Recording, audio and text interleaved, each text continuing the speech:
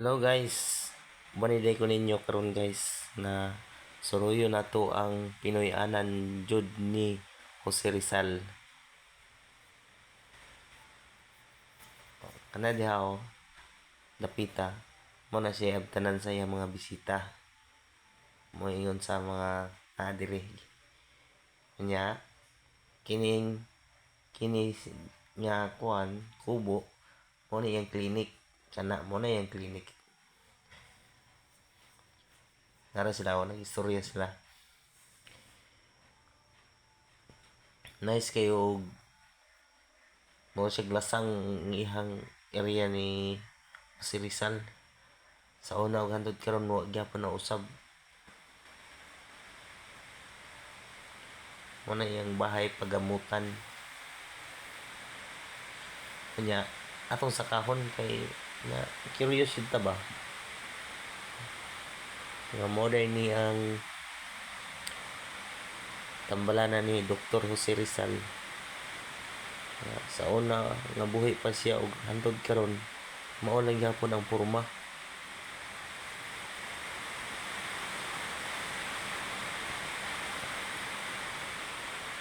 Kaya paingon na ta sa iya yung balay. Una yung balay. Una yung dianan paingon sa balay. Sabi ka nice kayo mga disenyo iyang balay. Kanya mo gyud siya glasang ang iyang area. Napay yung mga pispan. Mo niyang kusina. Oh. Kasi parit yun ba ang kusina, ang balay. Nakasiparit yun sa iyang kuan. Napagani ang mga tinakang pag na kuha. 1896 gibuhat nga balay 1861 to 1896. Grabe. Dugay na kay nga balay jud.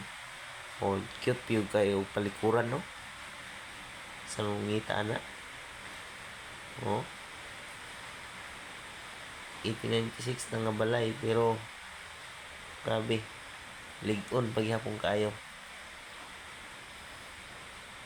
Muna siya ang Pinoy-anan sa ato ang bayani. Bayaning manunulat. Muna napa si Juan, murag asawa siguro niya. Ang mga design sa iyang balay nindot yun kayo Juan na yun sa kilid sa sapa.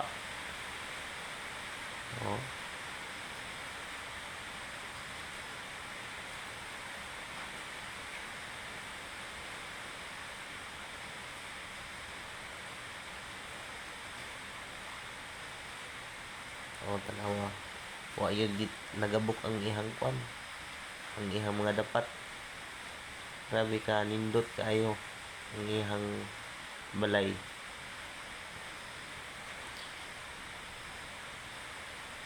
Ang kusina grabe ka dugay-dugay na sa tanan wa pa yun siya unsa.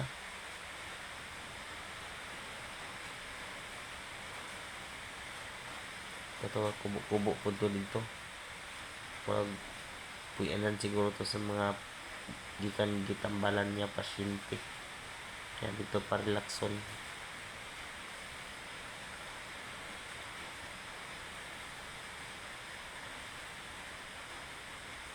Paingon ka og dagat, gianan.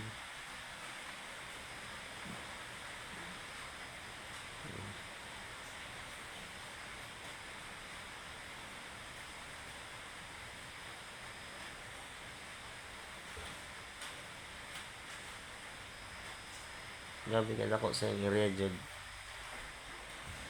Dito pa lang sa gawas makita na jud nimo nga mura siya og lasang nakaraan jud kay nga yun siya nahilabtan.